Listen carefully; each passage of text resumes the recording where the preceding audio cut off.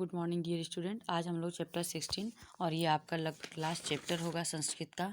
इसके बाद आप संस्कृत ग्रामर में चलेंगे हम लोग। और ये आपके लास्ट चैप्टर में जो दिया है निर्दोषाह रचना, यानी दोष बिना दोष की रचना।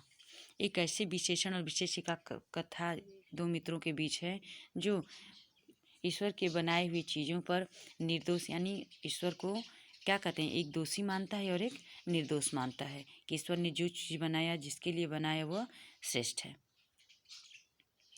तो हम लोग क्या करते हैं कि आज संस्कृत वाले चीज़ को हम हिंदी अनुवाद करते हैं और हिंदी अनुवाद करने के बाद आप ध्यान से वीडियो को सुनेंगे। सुनने के बाद अपनी कॉपी में जरूर नोट्स करेंगे। आगमः अचलस्व च द्वे मित्रे आस्ताम। आगम और अचल दो मित्र थे। आगम स्वभावेन आस्तिक ईश्वर से च परमो भक्त आसीत।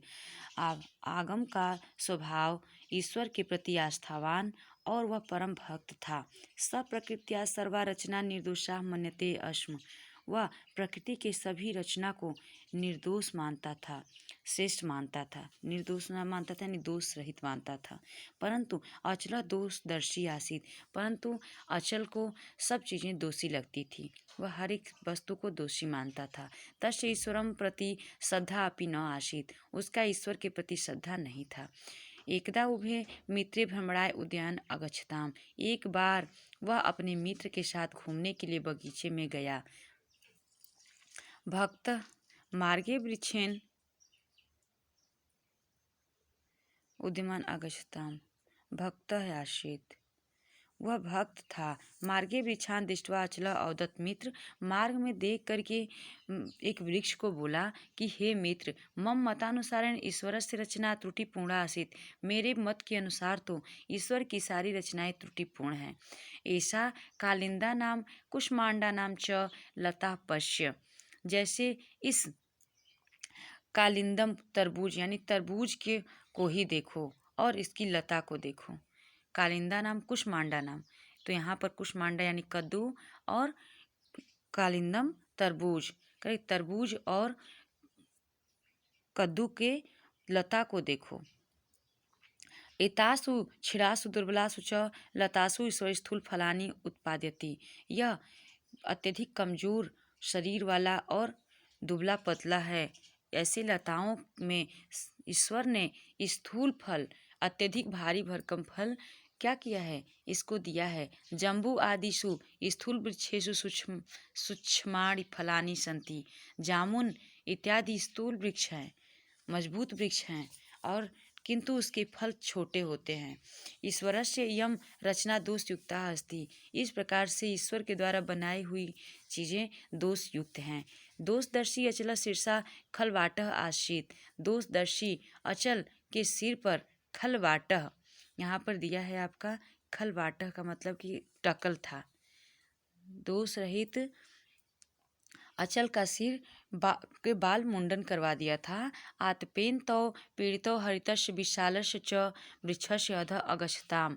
वह आतपेन तो पीड़ित, वह धूप से पीड़ित होकर के, गर्मी से पीड़ित होकर के हरे वृक्ष के विशाल वृक्ष की छाया में नीचे जाकर के बैठा। तदैव शीर्षि त्रीणि आम्रफलानि अपतन। तदैव फिर उसके सर पर 3 आम के फल गिरे। स पीड़ायाम कर्दनम अवदत्। हा, वह पीड़ा से क्रंदन चिल्लाते हुए बोला, हा हा। शीर्षि वज्रपातो अभवत्, यानी शीर्षि सिर पर वज्र गिर गया है। पुनः ईश्वर से धन्यवादम कृत्वा मुखात् निस्त्रिम प्रभो।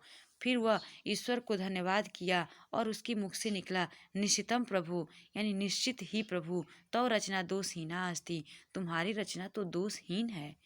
यदि अस्मिन् वृक्षे कालिंद्यानि भवेयुः तहि मम सिर खंडस् भवेत्। यदि मेरे सिर पर तरबूज गिरा होता तो मेरा सिर खंड खंड में बिखर जाता। अहम खलु बुद्धि अस्मि। मैं दुष्ट विचार का व्यक्ति हूँ। ईश्वर प्रति मम श्रद्धा नास्ति, ईश्वर के प्रति मेरी श्रद्धा नहीं है। तथा आगम अकथ्यत, तब आगम बोला, सत्यमिदम ईश्वर से रचना निर्दोषास्ति, सत्य ही भगवान की जो भी रचनाएं हैं वह निर्दोष हैं। अज्ञान कारणात् वयम तस्य सम्यक महत्व न जानामि, अज्ञानता के कारण हम उसके महत्व को नहीं जान पाते हैं। इसका उद्देश्य दिया है, स्वमेव उक्तम श्रद्धावान लभेत ज्ञानम, सत्यमेव उक्तम, सत्य ही कहा गया है, श्रद्धा से ही ज्ञान की प्राप्ति होती है, श्रद्धा से ही ज्ञान की प्राप्ति होती है। थैंक्स।